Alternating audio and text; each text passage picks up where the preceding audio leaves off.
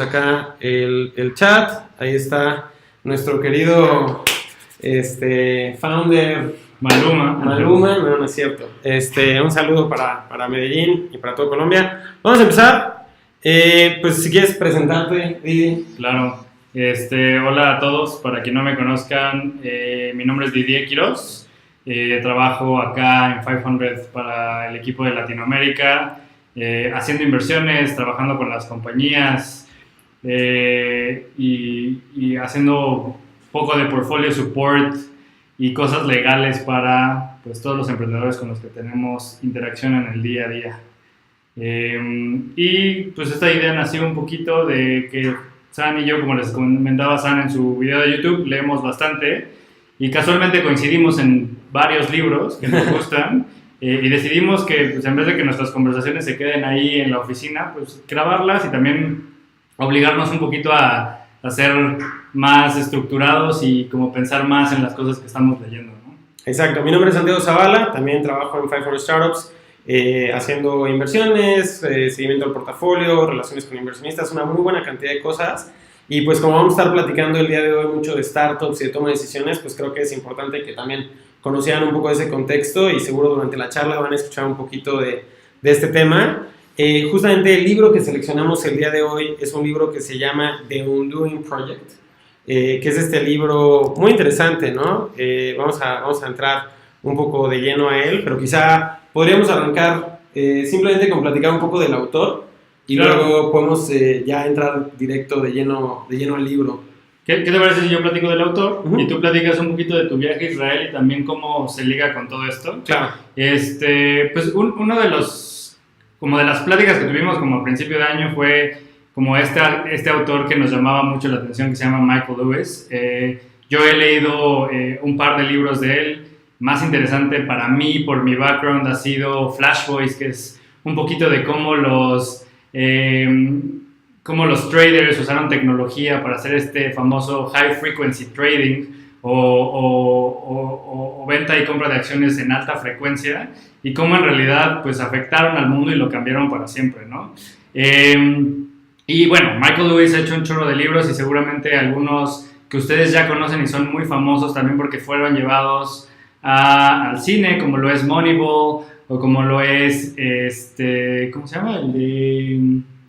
El de las finanzas. The Big Short. The Big Short, ¿no? Que The Big se Short, hizo película, ¿no? Lentísimo. Y pues fue un poquito subirnos a ese tren de decir como estos libros nos interesan y el más nuevo o el último fue The Undoing Project y decidir como entrarle con todo, ¿no? Y seguramente leeremos más en el futuro sobre él y de sus libros, pero este es el primerito que hacemos como juntos. Claro, un poco como contexto de Michael Lewis y simplemente una anécdota curiosa del día de hoy. Estaba con otras dos personas que trabajan en 500, uno que fue CFO de Sonos, que es nuestro Chief Operating Officer a nivel global, y también estaba con otra persona que trabaja en todo el tema de fundraising, que ha estado en banca, tanto en Nueva York como aquí. Les platiqué que íbamos a hacer este stream, y los dos, curiosamente, uno trae el libro recién comprado y lo va a empezar ahorita, y el otro va al 75% de este libro por casualidad, y los dos platicaron que habían leído todo respecto a Michael Lewis, ¿no? Entonces creo que es un autor pues un poquito de culto para todo el tema como financiero y analizar cosas. Pero una cosa muy padre que vamos a platicar respecto a este libro es que un parte del trabajo que él hace es como bien como biográfico. Entonces toma un tema, pero en vez de platicarte como que capítulos de cada tema o separarlo como si fuera un tema académico o incluso de negocios, lo que él hace es contar historias, ¿no? Entonces es bien divertido como literalmente te va contando como que la vida de cada persona y los diferentes momentos. Entonces realmente te da una evolución pues de estos temas, pero de una manera muy como personal. Casi te sientes como que estuvieras ahí dentro viviéndolo. Platicabas un poco, bueno, esta es la portada del libro. Quizá antes de entrar al tema de Israel, como ¿por qué te llamó la atención como este libro en específico antes de leerlo? Claro. Creo que para mí personalmente la razón por la que terminé escogiendo este libro sobre leer alguno de los otros que había hecho es porque en el día a día estamos tomando decisiones, ¿no? Y si bien estas decisiones tienen como un impacto en el performance de nuestro trabajo, pues a veces siempre tienes la duda de si lo hiciste bien, ¿no? Entonces cualquier pieza de literatura que te hable un poquito y te explique más cuál es el trasfondo en el ser humano de cómo tomamos decisiones, pues es súper interesante, ¿no? Y lo tomamos en el día a día, desde cómo vestirnos hasta qué es lo que vamos a cenar o qué es lo que vamos a comer. Entonces, pues traté de buscar como un tema que impactara en toda mi vida, ¿no? Y eso fue lo que más me llamó la atención. No que otras cosas no me llamen la atención, también me llama la atención ver la historia de cosas de béisbol y cómo toman decisiones allá, o soy un gran lector de ciencia ficción, pero en particular me llamó la atención por eso, porque en el día a día tomamos decisiones de manera como recurrente, ¿no? O sea, muchas Claro. al día. Sí, bueno. Y más en un fondo de inversión, sí. Bueno, antes de entrar directo al tema del libro, les quería como que platicar una cosa muy divertida alrededor del libro, que es que justamente el libro narra la historia, es como que una parte como biográfica de la relación entre dos psicólogos, que los dos son, pues de alguna u otra manera de Israel, ¿no? O sea, los dos como que les tocó su manera de llegar, les tocó estar muy al principio de la formación del Estado de Israel. Y una cosa que les quería platicar y que también ayuda un poco a entender cómo funciona todo este tema de la lectura es que, pues como que de repente sin querer, como que vas encontrando libros que te van hilando con diferentes temas, que te dan contexto, e incluso de repente pues hasta experiencias de vida. Entonces, justo una cosa que para mí fue muy divertida de este libro fue que justo hace un mes tuve la oportunidad de ir por primera vez en mi vida a Israel. Estuve 2 semanas por allá y justo antes de ir leí un libro que pues, se ha hecho muy famoso de Israel, que es como este libro de startups en Israel que se llama Startup Nation, que si no lo han leído se los recomiendo muchísimo, de ver cómo un país puede hacer realmente una agenda bien fuerte para el tema de competitividad en la creación de empresas de este estilo, y te da una buena visión de qué es Israel el día de hoy en esa cuestión. Y pues te platican muchas cosas de cómo culturalmente, pues está el tema de que casi todos en Israel van al ejército, te están muchos temas de cómo su cultura les sirve para retarse mucho y seguir hacia adelante, está un tema de cómo pues es una comunidad global, porque pues evidentemente es un estado judío, entonces tienen toda la comunidad global que de alguna u otra manera los conecta y les ayuda, hay un tema de cómo exploran el mundo después de que salen del ejército y se conectan, en fin, en ese libro como que pude ver muchas de las cosas culturales que tiene Israel que lo hace ser pues una potencia en muchos temas y en temas de startups evidentemente, pero también, pues como vamos a ver en este libro, también definitivamente en el tema de psicología. Y después tuve la oportunidad de estar allá, vivirlo, y estando allá me platicaron de un libro que narra mucho de la historia de la creación del Estado de Israel, que se llama O Jerusalem. Entonces leí ese libro, que fue todo un reto porque me tomó como 3 o 4 semanas, porque son como 600 y tantas páginas en una edición, 900 en otra, dependiendo del tamaño de la edición. Pero te narra lo que es en verdad una historia que si no han tenido la oportunidad de entender un poco el Estado de Israel es una locura. O sea, está como este Estado que era Palestina y de repente que estaba controlado después de la Segunda Guerra Mundial por Inglaterra y pues por todo el tema del movimiento sionista, obviamente toda la presión que habían puesto pues de alguna u otra manera los judíos después del Holocausto, pues hay una necesidad como que de repente de escuchar pues cuál debería de ser como que la reacción del mundo respecto a esa situación en ese momento. Y entonces de repente como que votan la ONU por que Inglaterra salga de allí y darle permiso a los palestinos y a los judíos de tener su estado, ¿no? Y entonces hay este momento donde de repente un día, o sea, bueno, meses antes se van preparando para el momento en el que eso suceda. El estado incipiente de Israel empieza a conseguir armas y gente y otras cosas por afuera, hace todo un tema de fundraising, hacen muchísimas cosas. Y luego como que terminan en este momento que de repente pues se van la gente de Israel y, o sea, los ingleses que estaban como que controlando todo y pues empiezan a agarrar a golpes entre los palestinos y los israelitas. Hay una serie de cosas muy complicadas y al final termina en un cese al fuego, 3 semanas y otras cosas, pero de verdad es una historia padrísima. Y durante todo el libro te van narrando como otras 2 guerras importantes que hay. Una que es como en el 56, creo, en el 60 y algo. Y entonces todo esto lo platico porque una de las cosas que vemos en este siguiente libro que elegimos por otro tema totalmente diferente es una conexión donde estos 2 psicólogos les toca vivir, bueno, se mudan, o sea, uno de los 2 se muda como 6 meses antes de que sea esta pelea en Jerusalén, de la formación del Estado de Israel, después de haber estado en el Holocausto. Y al otro y a los 2 les toca pelear en las 2 batallas, en la que es de 7 días del 50 y algo que ganan, y después en la siguiente que es la de Yom Kippur, donde pierden, ¿no? Entonces, pues simplemente les platico todo esto porque es bien interesante entender cómo sin querer y simplemente por la cultura que uno va generando de leer un libro y luego otro y ir interconectando cosas, pues para cuando yo llego a este libro traigo fresquecito todo eso, entonces como que me dio otro color de las siguientes 2 guerras y visto no desde una forma como histórica y como de formación de Estado, sino en la vida de una persona. Entonces, no sé, para mí conforme iba leyendo y casi que... Yo este libro, honestamente, no lo seleccioné ni... o sea, fue como que estaba ahí, vi que Michael Lewis sacó algo nuevo, estaba en mi lista, tú lo sugeriste y fue como, bueno, hagamos ese. Y lo empiezo a leer y fue como que, ¡wow! ¡Wow! ¡Wow! ¿No? Entonces, estuvo padre y les quería platicar todo eso porque, pues, obviamente, ahorita vamos a platicar un poco de estos psicólogos de Israel y, pues, es un poco del contexto que estuvo muy padre, ¿no? Con eso podemos entrar directamente a estos dos personajes. No sé, ¿quieres platicar un poco de qué pensaste del libro y todo? Ah, mira, tenemos a Carengo haciendo un anuncio detrás de nosotros. Que no se ve. Ahí se vio un poquito. Buen hack. Buen hack. Estamos transmitiendo desde WeWork. Carengo es una empresa que hace como un Airbnb de coches. Puedes rentar un coche entre particulares. Y justamente Rafa es el founder de Carengo, así que aprovechó para venir a hacer un poco de growth hack. Muy bien. Pero bueno, ok. Bueno. Empecemos con Amos y con Dani. Cuéntanos un poco de ellos dos. Pues justamente, ¿no? Conectando un poquito a lo que estabas platicando, básicamente es la historia de estos dos psicólogos. Dani, que tuvo, pues, no, la mala suerte, por así decirlo, de haber vivido su infancia durante el Holocausto en Europa, específicamente en Francia.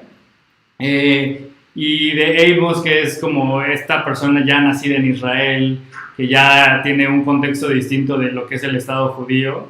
Pero algo bien interesante de ambos y que te va contando un poquito la historia del libro es su capacidad de salirse un poquito de la situación que están viviendo y la curiosidad de por qué la gente toma las decisiones que está tomando, ¿no? Independientemente de que, pues, en el Holocausto había una persecución hacia los judíos, Dani empezaba a tener estas tendencias desde chiquito de extraerse de la situación y pensar por qué estaba pasando lo que estaba pasando, ¿no? Y no tomárselo tan a pecho, a pesar de que era una cosa bien fuerte, no tomárselo tan a pecho y empezar a analizar desde ese momento por qué los seres humanos, sobre todo más que tomar decisiones en general, tomamos malas decisiones, ¿no? Y Amos, pues del otro lado es una persona súper carismática que conecta con todo el mundo, pero que es muy sencillo desasociarse de las cosas, ¿no? Salirse de una fiesta de la nada, desinteresarse de un tema cuando alguien está platicando y pararse e irse. Una historia bien chistosa de que en el cine, si no le interesaba la película, decía como, ya me voy, si ya les pagué, ¿por qué voy a perder también mi tiempo si no me interesa la película? Sí, literalmente dice la frase como, si ya les pagué con mi dinero, ¿por qué les voy a pagar con mi tiempo si no me gustó? Exacto. Si no me está gustando, ¿no? Incluso. Y al punto donde también con su familia a veces iba o no iba a los retiros o vacaciones familiares, pues porque no le interesaba, ¿no? Claro. Entonces es esta historia de dos personas bien interesantes, una poco opuesta a la otra, que encuentran en su curiosidad de descifrar cómo es que tomamos decisiones y malas decisiones, una alianza para crear una investigación que literalmente tuvo un impacto en todas, o más bien en todos los campos del mundo, ¿no? Claro. Y digo, si se animan después de escuchar toda esta locura respecto a este libro a comprarlo y leerlo, que en verdad se los recomiendo muchísimo porque está muy bueno, pues básicamente el libro es como un primer capítulo que narra como la conexión entre Moneyball y el libro de Moneyball de Michael Lewis con estos dos personajes, y después el resto de los capítulos, o sea, todo lo demás es como que la parte, primero la historia biográfica de uno, luego del otro, luego de cómo se conocen, y luego poco a poco cómo van teniendo discusiones a lo largo de una colaboración como de 12 años, de cómo les van descubriendo diferentes razones de cómo tomamos malas decisiones los humanos, ¿no? Y cómo varias de esas cosas terminan en algunos de los papers que últimamente publican, cómo empiezan a primero hacerlo todo en el tema de psicología en específico y luego en el tema, como tratarlo de llevar a todas las otras como que disciplinas del mundo para que puedan utilizar el conocimiento para tomar mejores decisiones. Y entonces, si lo leen, realmente nada de lo que le estamos diciendo ahorita les va a arruinar la experiencia de leerlo. Porque la experiencia de leerlo es leer tal cual como esa historia entre ellos dos y cómo va pasando todo esto. Entonces quizá creo que lo que vamos a hacer es más bien platicarles algunas de las cosas puntuales que nos hizo pensar el libro en algunos temas, pero en serio, o sea, no es un resumen del libro, al contrario, es como simplemente algunos de los temas, ¿no? Para terminar de entender un poco estos personajes y quizá nada más como la conexión entre Moneyball y este libro, justamente lo que narra al principio Michael es que en Moneyball él platica cómo puedes crear estadística para tomar mejores decisiones que los expertos. Y genera toda una situación, creo que mucha gente ha escuchado el tema de Moneyball para otros temas, aparte del béisbol. Hay una película en la que sale Brad Pitt, el coach. Los Golden State Warriors, que son el equipo de la NBA que ganó hace unos días el campeonato, fue creado en base a esta teoría, ¿no? Estadística versus expertos en ver quién era buen jugador de básquetbol, ¿no? Entonces, todo el primer capítulo te cuenta la historia de la persona que llevó eso al básquetbol y cómo creó un sistema estadístico para tomar mejores decisiones de a quiénes contratar en el draft. Y cómo eso tiene mucho que ver con Moneyball, pero después también platica cómo todo esto termina dándose él mismo cuenta, tanto Michael Lewis como el béisbol, el básquetbol, que realmente era mucho más profundo, que no es solo que las estadísticas pueden hacer mejores decisiones que los expertos, sino lo erróneas que muchas veces son las opiniones de los expertos. Y entonces termina dándose cuenta que tenía que encontrar como que la fuente de todo esto, y que la fuente de todo esto eran estos dos psicólogos que ganan un premio Nobel a partir de encontrar todas estas cosas, y que son estos dos personajes de los que les vamos a estar platicando un poco.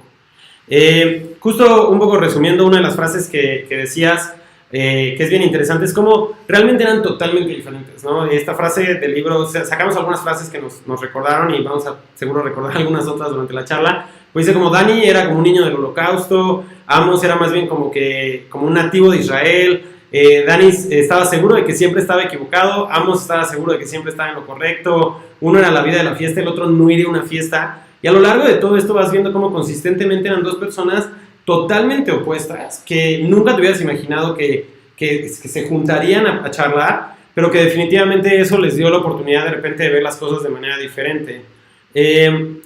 Como que creo que hay muchas colaboraciones en el mundo en el que estamos nosotros donde vemos ese tipo de cosas, ¿no? O sea, muchas veces vemos startups, comunidades, etcétera, que tienen esta cosa como de Steve Jobs y obviamente también en Wozniak, ¿no? O sea, como que un poquito de los dos. Y creo que mucho del mundo de startups está basado en eso, ¿no? Como que siempre vemos los libros o artículos de el hustler o el que se mueve y hace que las cosas pasen, el técnico, el CTO, que es el que tiene una mente más analítica, que pone sistemas y procesos para todo, y el CEO, ¿no? El que maneja, el que está más conectado con cómo van a levantar dinero, ver cómo es la gente que va a trabajar en las empresas. Y creo que pues no solo aplica a las startups, ¿no? Aplica para proyectos científicos, aplica para jugadores de básquetbol, o sea, equipos de básquetbol, o sea, buscar esta conexión de con quién haces clic para construir algo, ¿no? Claro. Yo aquí había sacado la frase justo que dijiste hace rato de cómo Amos decía, o sea, como en sus observaciones que de repente te van platicando conforme van como que narrando a cada uno de estos personajes, pues Amos era como que esta persona súper práctica que simple y sencillamente en una fiesta se quería ir, se paraba y se iba para que nadie le dijera nada, y tiene como que esta otra serie de cosas como que decía, si no estás como que sintiéndote mal una vez al mes por haber tirado muchas cosas, entonces no estás tirando muchas cosas, que es una cosa que he estado platicando que yo he estado haciendo y entonces ahí está. Y digo, como que una de las constantes que los dos tienen aparte, creo que hay dos constantes que ves, no sé si estás de acuerdo, quizás se te ocurran más, pero yo veo como dos constantes cuando te van como que narrando su historia, ¿no? Si bien son bien diferentes, los dos todo el tiempo están como que pensando en los errores que ellos mismos u otros hacen, ¿no? O sea, incluso te platican como, ¿cómo es que estos judíos no decidieron huir antes de que realmente llegaran los ejércitos a sus ciudades? O sea, ¿por qué pensaban que se iban a quedar en un lugar? Y lo pensaban porque en la guerra anterior solo habían llegado hasta un lugar, y entonces esta vez tenía que ser igual. Pero la situación era totalmente diferente y tenías la opción de huir, ¿por qué no huiste, no? Y el otro igual, ¿no? Y la otra cosa que los dos son muy similares es que los dos son considerados como gente genial, ¿no? O sea, como que alrededor de ellos, como que sí hay una percepción de la mayoría de gente alrededor de ellos de que son muy peculiares y con mucha capacidad. Yo me imagino un poquito que cuando se conocen, pues eso mismo se encuentra en ellos, ¿no? Pero bueno, no sé si te acuerdas de algunos otros errores interesantes. Creo que como en las conexiones sí coincido, o sea, creo que al final creo que como muy profundamente eran como la misma persona.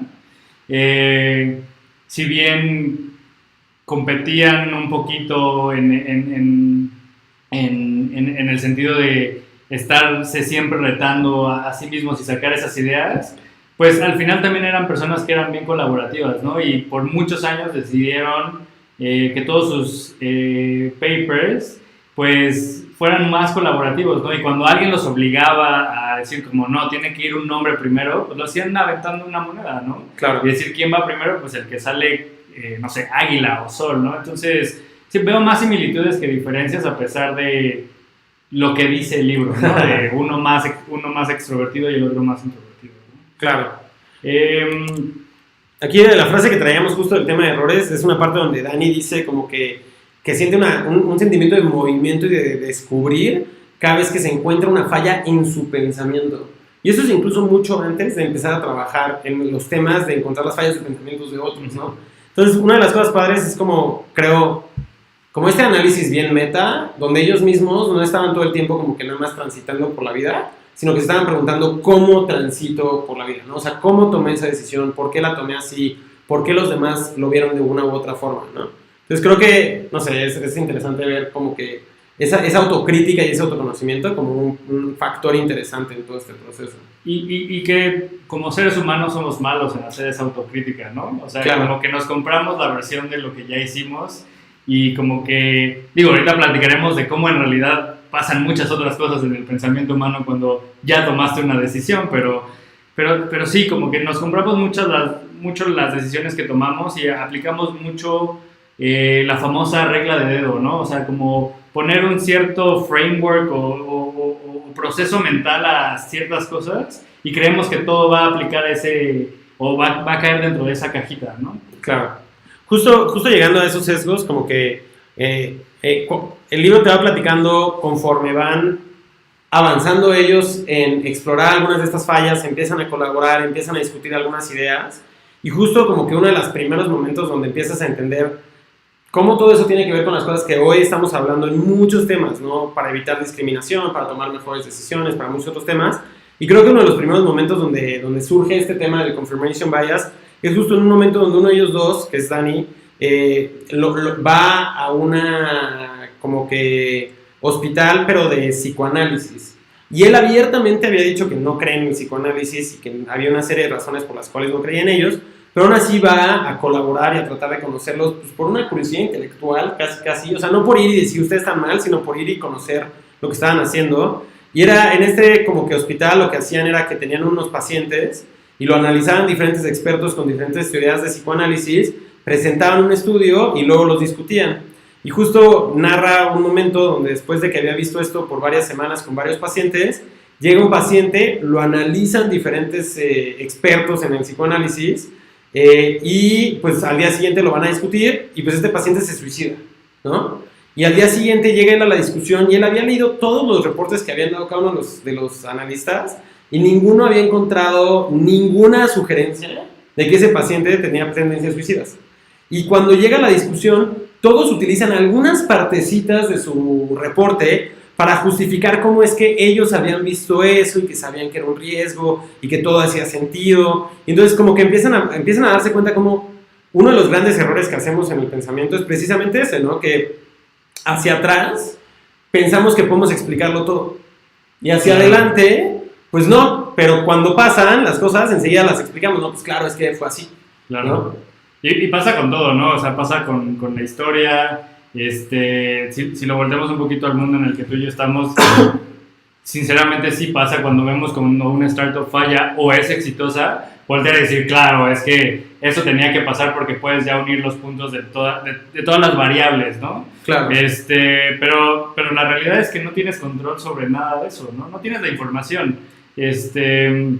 Y no puedes tomar esas decisiones tan estructuradas como unir los puntos hacia atrás, ¿no? Claro. Y es como que bien difícil este tema porque, o sea, yo creo que sí, muchas de las opiniones fuertes que de repente vemos en temas de emprendimiento surgen de esto, ¿no? O sea, surgen de, leí una biografía, vi esta otra empresa, puedo explicar todo hacia atrás y por eso tengo esta opinión fuerte.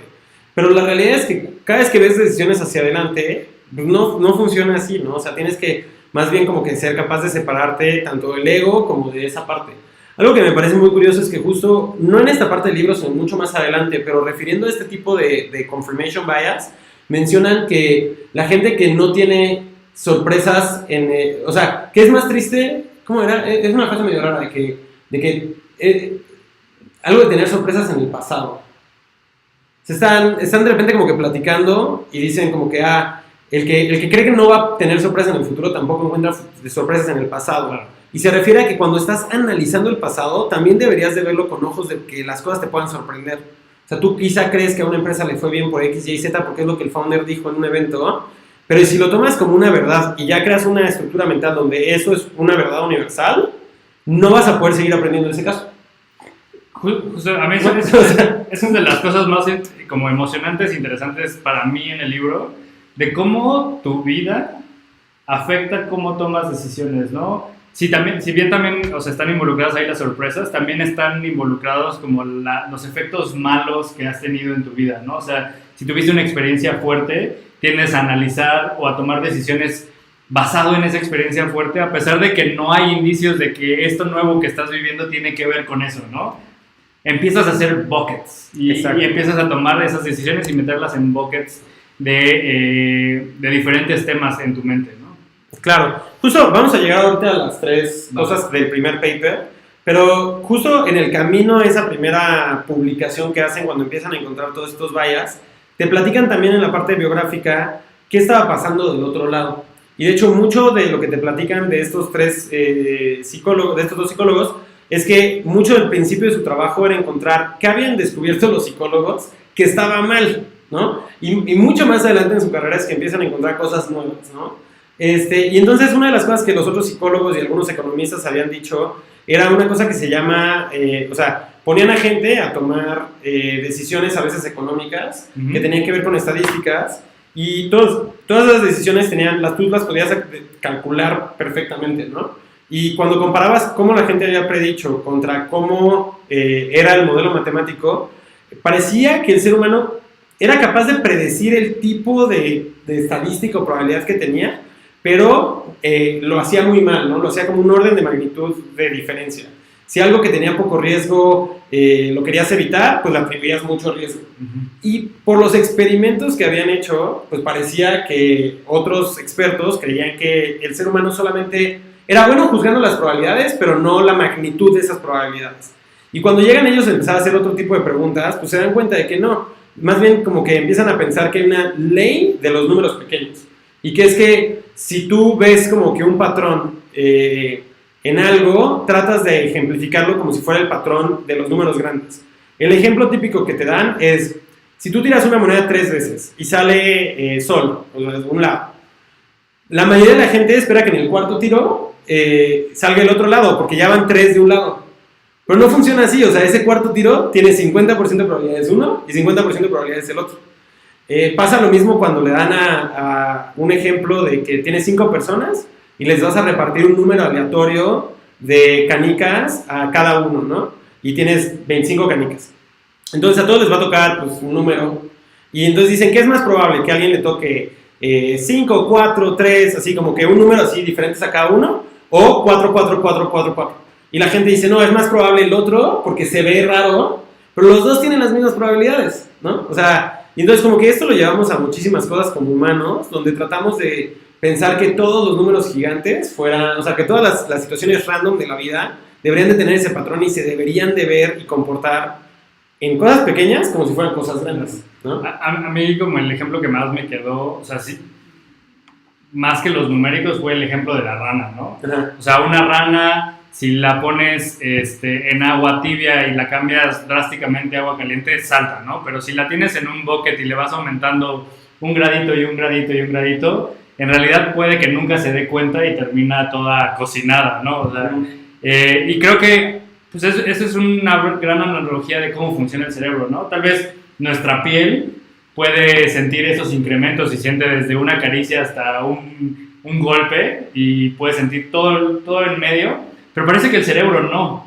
El cerebro no tiene la capacidad de medir esos pequeños incrementos y siempre es muy extremista, ¿no? Claro. Y entonces, cuando volteamos a ver este mundo y decimos como, es que vivimos en un mundo de extremos, ¿no? O sea, desde actitudes y cosas que hacemos en el día a día hasta las decisiones de políticos, artistas o escritores, pues es justamente por eso, porque nuestro cerebro es muy extremista y empieza a tomar esos grados de magnitud no de la mejor forma, ¿no? Claro.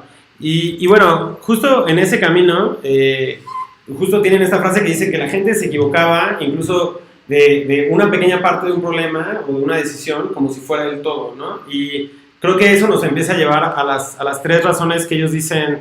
Bueno, este es otro de los ejemplos. Pero bueno, ahorita llegamos a las tres cosas. Pero bueno, justo en todo este camino siguen narrando la historia de estos 2 personajes y siguen encontrando como que todos estos diferentes estudios que hacen. Y de verdad, cuando empiezas a leer algunos de estos ejemplos, como que al principio eres escéptico, ¿no? Te dicen como, encontraron esta cosa donde la mayoría se equivoca y es un error generalizado en la población, no importa si es gente educada o no y otras cosas.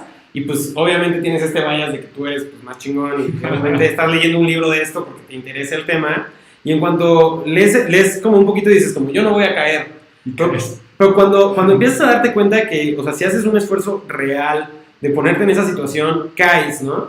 Y entonces quizá, pues una de las cosas que puede servir para ese proceso es ponerles uno de los que a mí me cayó más así como total y completamente redondo, que es que una de las cosas que ellos empezaron a dar cuenta es que la economía dice que si tú preferirías como A en vez de B, y más bien, si hay 2 cosas y prefieres esta, y luego te lo cambian y hay como que otra opción entre otros 2 y otra opción entre otros 2, que nunca podría haber como un círculo entre estas 3 cosas, porque, pues, o sea, si no, como consumidor siempre estarías tratando de cambiar por el que sigue, el que sigue, el que sigue, ¿no? Entonces te dan ejemplo como entre café, té y chocolate, ¿no? Y que los economistas pues piensan que si te dan a elegir estos 2 y eliges uno, y luego te dan a elegir entre los otros 2, ya el último que elegiste es ese, ¿no? Y de repente se empiezan a dar cuenta que los humanos no reaccionan así, o sea, sí hay momentos donde puedes estar juzgando diferentes cosas y comparándolas de manera diferente. Entonces de repente llega un punto donde ellos, Dani y Amos, deciden hacer un experimento para ver si hay cosas que tú puedas pensar como que esto es como esto, y luego cuando te pregunten si esto es como esto, digas que no. Entonces, como que lo escuchas todo eso y dices como, no, o sea, obviamente si esto es como esto y esto es como esto, pues tiene que ser para los 2 lados, no tiene que haber esa igualdad casi como en la matemática. Y entonces de repente te empiezan a dar algunos ejemplos y dices, no, tienen razón.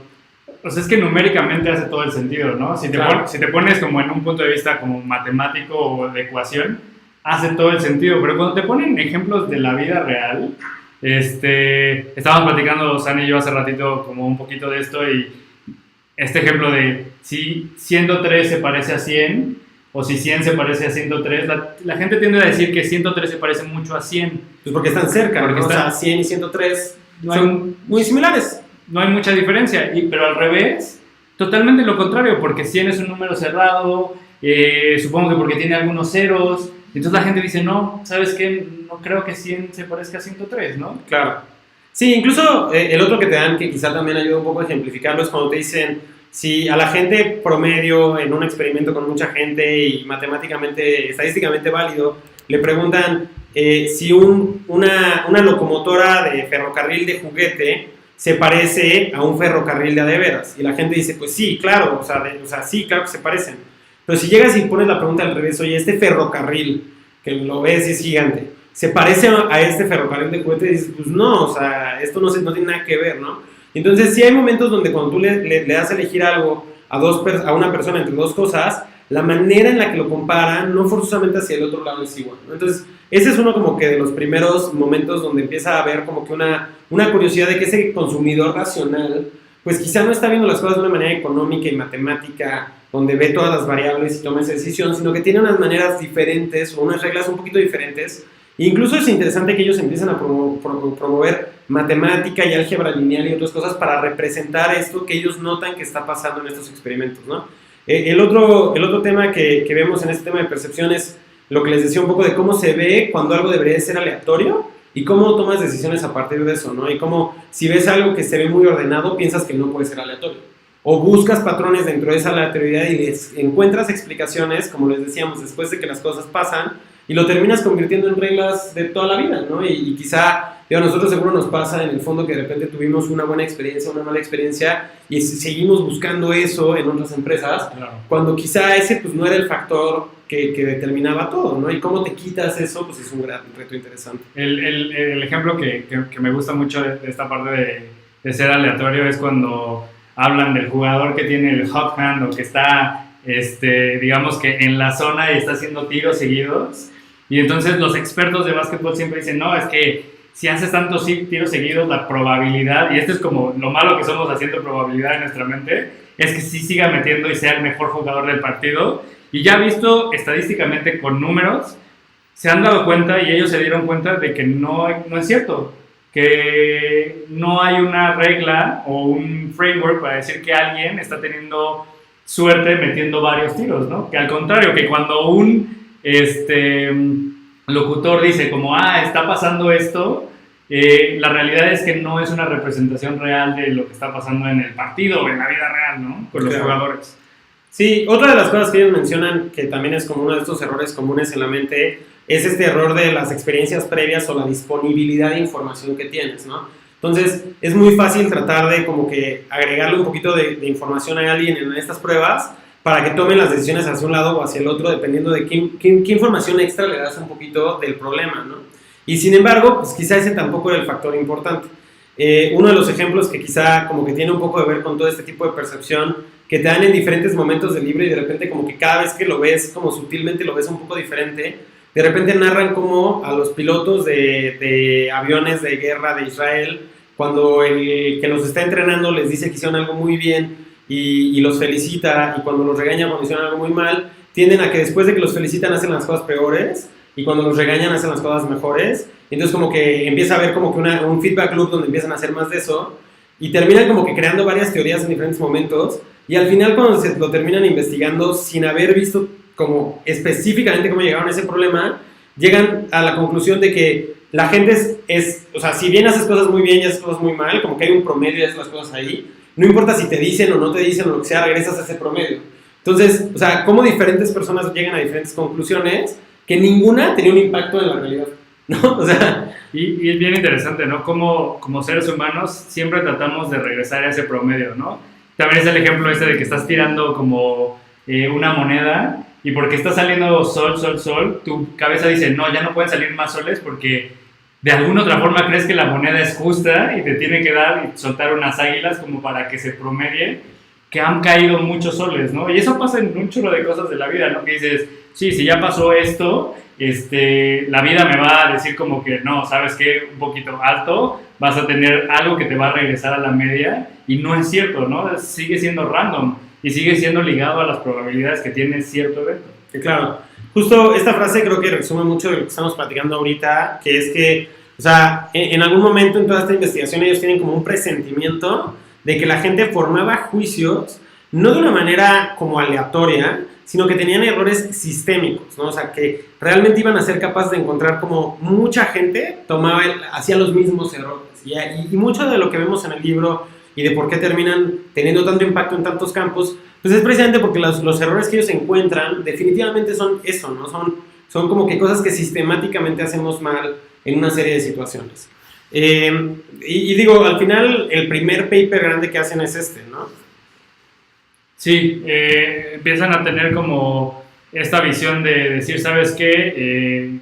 Vamos a hacer un paper que esté más leído por todo el mundo, y empiezan a tener como 3 áreas principales que son, perdón que se me olvide, representativeness, que era la parte que hablábamos de que la parte de un problema no es todo. No.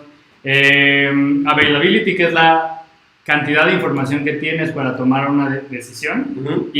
Y la parte de anchoring, que es como cómo pones el problema, dentro de qué contexto lo pones, tomas decisiones muy diferentes, ¿no? Y las 3 cosas pueden estar pasando todo el tiempo, e incluso una decisión errónea puede estar por varias de estas cosas, pero una vez que las empiezas a separar, pues te das cuenta de que realmente son cosas en las que, primero que nada, y es una cosa bien importante, no tiene nada que ver ni el nivel de educación, ni qué tan bueno eres en cuestión de habilidades, ni cuál es tu intención en la toma de decisiones. Puedes estar cayendo en estos errores si no los conoces, ¿no? Y que son errores simplemente humanos, por la manera en la que evolucionamos, por la manera en la que de repente empezamos a tomar decisiones, y que cada una de estas cosas, de repente cuando las conoces, te pueden ayudar a encontrar en ti, o más fácilmente en otros, algunos de estos errores. Y por lo tanto, o sea, de hecho justo ayer después de que terminé el libro, justo creo que nosotros lo terminamos ayer, curiosamente, me puse a ver videos de estos personajes para conocerlos un poco más en persona. Hay videos en YouTube de los dos, entonces pueden buscar, hay muy buenos videos. Y justo mencionaban que uno de los problemas que tienen que ver estas tres cosas es que tratamos de como que poner en diferentes compartimentos de nuestra mente diferentes decisiones, ¿no? Entonces de repente piensas, no, esta es una decisión de la chamba y la analizas de una forma y esta es una decisión personal y la analizas de otra, ¿no? O por ejemplo, en tu propia manera de hacer presupuestos, tomas decisiones de cómo gastas para tus vacaciones de una forma, para pagar tus cosas básicas de otra y de otras formas, ¿no? Y daban un ejemplo muy fácil de cómo es que hay gente que está tratando de ahorrar o invertir en cosas al mismo tiempo que quizá debe en otra zona de su vida dinero, ¿no? Y más bien pues, debería de direccionar este dinero a pagar esas deudas y ya con eso tener un interés menor ahí y poder hacer otras cosas en el futuro. Entonces, creo que es muy interesante, ¿no? Algo que ellos mencionan mucho sobre esto y que estabas diciendo ahorita de no importa tu nivel de educación, es hacen un gran esfuerzo en varios momentos en el libro de decirte que los expertos también se equivocan, ¿no? Es que si alguien, y específicamente hablan de gente que estudia estadística y que está metida en este mundo, también están sujetos a cometer estos errores a pesar de que conocen la base de muchos de estos problemas, ¿no? Entonces, claro, que es más una condición humana y que el cerebro juega trucos para defenderse a sí mismo, en alguna extraña razón, y empieza a hacer estas separaciones y estos modelos mentales y estos buckets y estas tomas de decisiones basadas en limitada información, ¿no? Claro, justo uno de los casos, platican varios casos, ¿no? Platican muchos casos específicos del ejército, platican varios casos relacionados con pilotos de líneas comerciales, pero hay todo un capítulo que tiene que ver con cómo aplican esto en el tema de doctores. Y hay un tema ahí como súper interesante donde hacen un estudio donde empiezan a llevarle como que diferentes, como que rayos X a doctores para determinar si algo podía o no ser cáncer, ¿no? Claro. Y empiezan a tratar, incluso les repiten, les ponen mucho y les repiten a algunos como para ver si la opinión en dos casos, y en el mismo caso, si el mismo doctor dice lo mismo, ¿no? Y empiezan a encontrar como que diferentes cosas y terminan dándose cuenta como de que la verdad los expertos se contradicen entre ellos, incluso ellos mismos, o sea, no le ponen al mismo doctor en diferentes momentos el mismo caso y en uno dice que sí y en el otro dice que no, ¿no? Entonces como que empiezan a sacarse de onda y empiezan entonces a tratar de construir un sistema como básico para ver si pueden competir con los doctores. Entonces le preguntan a los doctores, oye, ¿qué son las cosas que tú buscas para determinar si sí o si no? Y pues ya les dan una lista de 6 cosas. Y entonces, pues simplemente como que esas 6 cosas las ponen a evaluar como de manera numérica y el modelo numérico básico, sin haber entrado a investigar más de si este tiene relación con este, si este es muy grande, pero esto no sé qué, o sea, trataban de todavía como que hacer más cosas.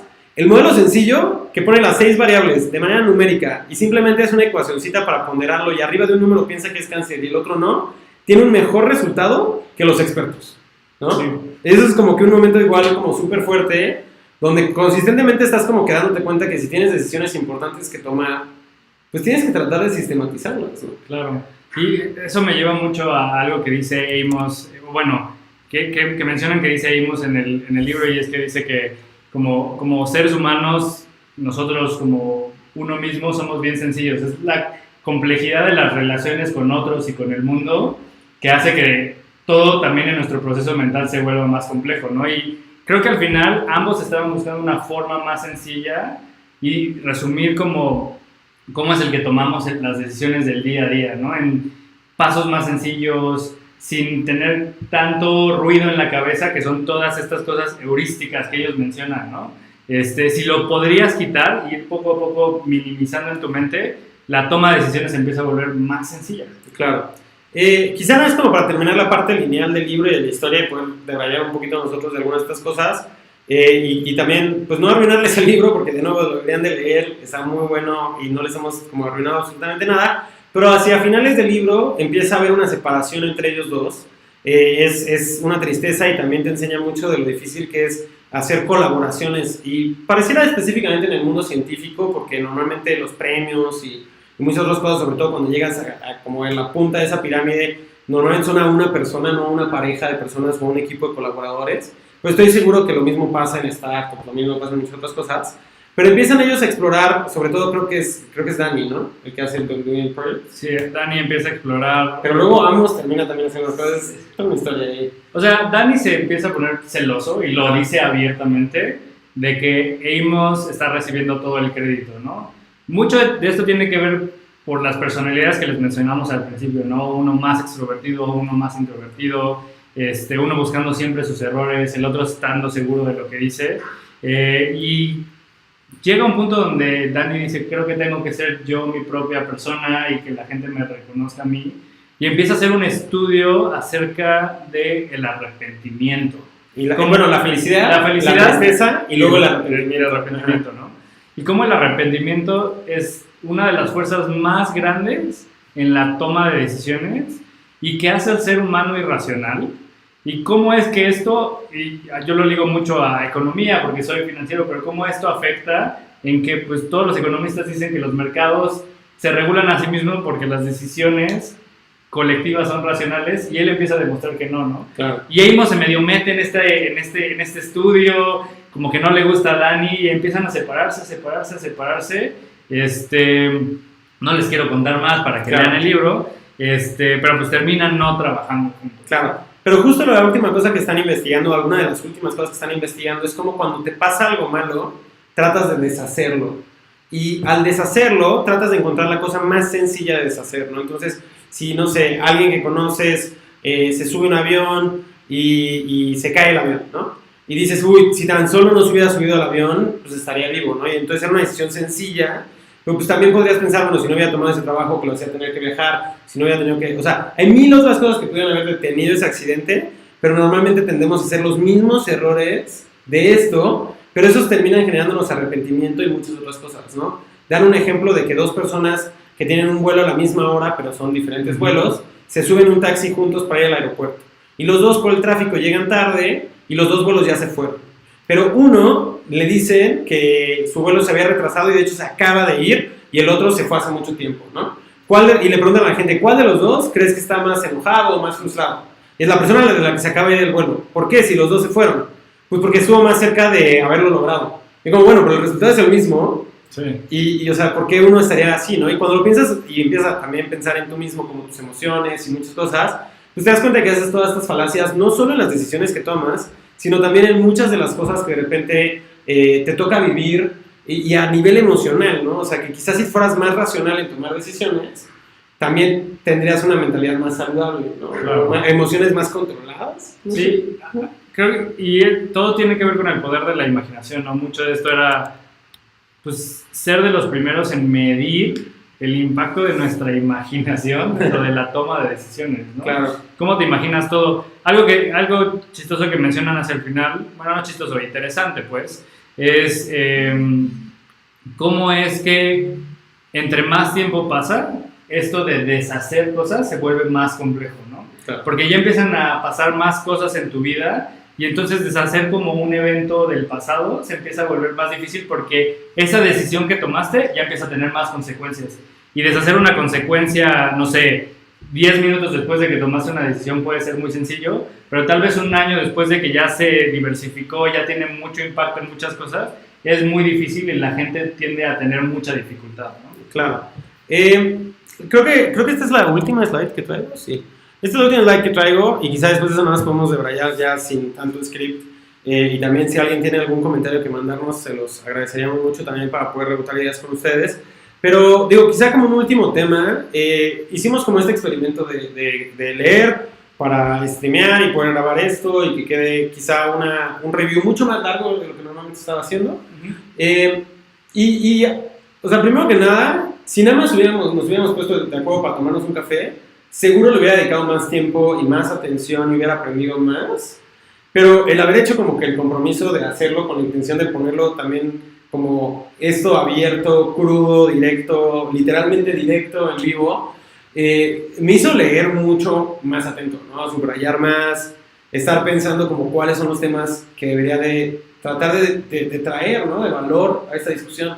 Entonces, como que en el inter de leer este libro, me sentí como haciendo una actividad nueva. No sé si te sentirías igual, diferente. A mí me pasa igual. Siento que muchas veces cuando leo, y me gusta mucho leer, me llega a pasar con ciertos libros en el año que lo leo y como no subrayé, no hice nada, pasan meses y como que ya no me acuerdo tanto del libro. O sea, me acuerdo de las ideas generales, pero creo que de esto me llevo mucho porque me permitió hacer paralelos con mi vida diaria, ¿no? Es como, cada vez que leía una frase de algo que estaban viviendo ellos o per se de la investigación que estaban haciendo, me ponía a pensar, oye, ¿cómo cuando estamos tomando decisiones de inversión no estamos cometiendo estos errores, ¿no? O cómo es cuando estoy mandando X correo no estoy cometiendo este error, claro, ¿no? Entonces, creo que es una actividad bien buena para sacar de la mente y empezar a estructurar. Yo digo, no soy tan estructurado, pero esto me sirve mucho para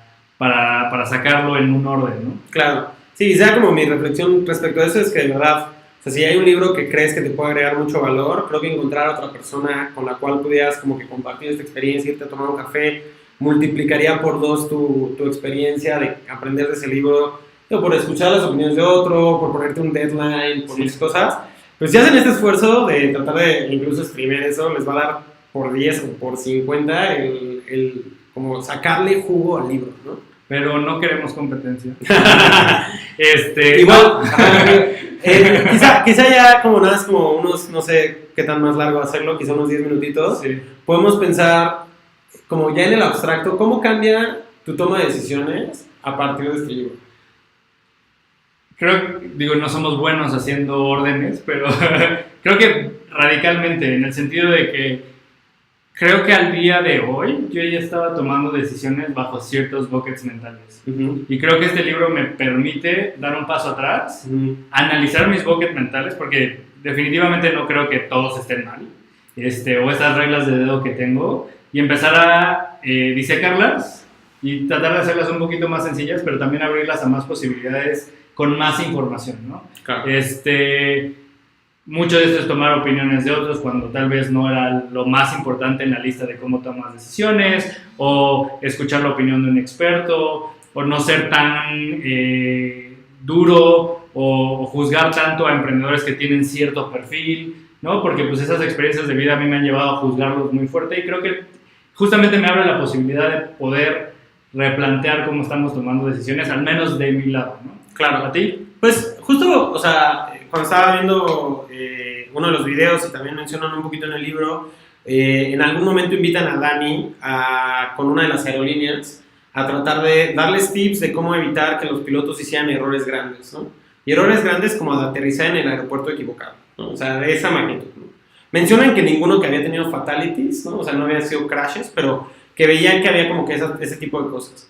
Y de repente incluso el mismo Dani les dice, es que sabes que no hay forma de que tú puedas hacer que alguien lo entrenes a tomar mejores decisiones. O sea, en ese tipo de contexto. Lo que puedes hacer es crear un ambiente donde, primero que nada, es más fácil encontrar esas decisiones malas una vez que ya se tomaron y corregirlas. Y segundo, que exista más colaboración para que no sea una decisión de una sola persona. Entonces, su sugerencia era encontrar una manera de romper como la autoritaria, no sé, como la posición del piloto como un ente infalible y más bien hacer que toda la cabina tuviera que colaborar en muchas de estas cosas, ¿no? Entonces, si alguien está tomando una decisión y está cometiendo todos estos errores, es más fácil para alguien externo encontrarlo y sugerir una solución si se siente cómodo como para poder traer eso, ¿no? Entonces, creo que habla mucho de la colaboración, de la apertura, de cómo tener esos canales de comunicación y eso me parece como bien interesante.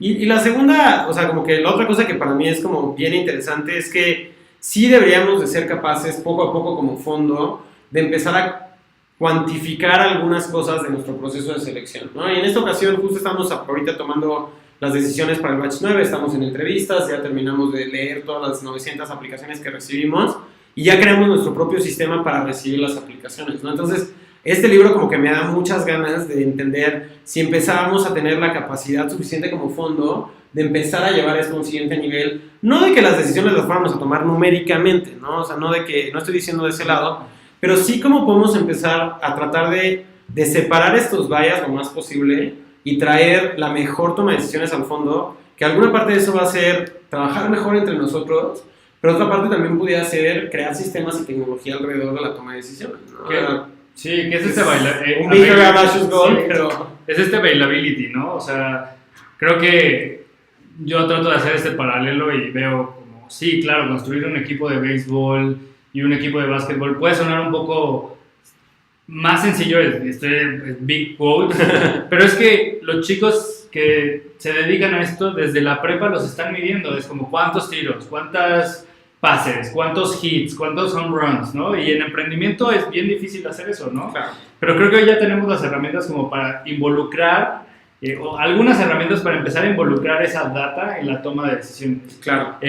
Coincido contigo, creo que esto del sounding board o gente que te ayude a tomar buenas decisiones es elemental, ¿no? También lo mencionan en la parte del libro de los médicos, o sea, toda esta historia empieza porque hay un médico en un hospital en Toronto que su chamba es hacer eso. Su chamba es llegar y decir como, a ver, pero ¿por qué estás tomando esa decisión? ¿No? O sea, nada más hacer preguntas. Claro, como y de hecho tienen un caso súper específico, sí. ¿no? Están en una operación de alguien que chocó y cuando ven en el file tiene un problema en la tiroides y ese problema en la tiroides podría explicar por qué en ese momento su corazón estaba como mal, ¿no? Y entonces querían que este dude les autorizara darle el medicamento de como caso extremo de la tiroides. Y llega él y dice, no, a ver, o sea, eso sí lo explica, y es lo mismo, ¿no? De A y B. Lo de la tiroides sí explica lo del corazón, pero si solo veo lo del corazón, sería muy raro que fuera lo de la tiroides. Entonces vamos a ver qué más cosas podrían ser lo del corazón, porque esta persona acaba de chocar y pues puede haber muchas otras cosas. Y termina encontrando que el pulmón estaba colapsado, arreglan eso y la persona está bien, ¿no? Y si le hubieran dado lo otro, pues no hubieran encontrado el pulmón colapsado, esta persona se hubiera muerto en la noche.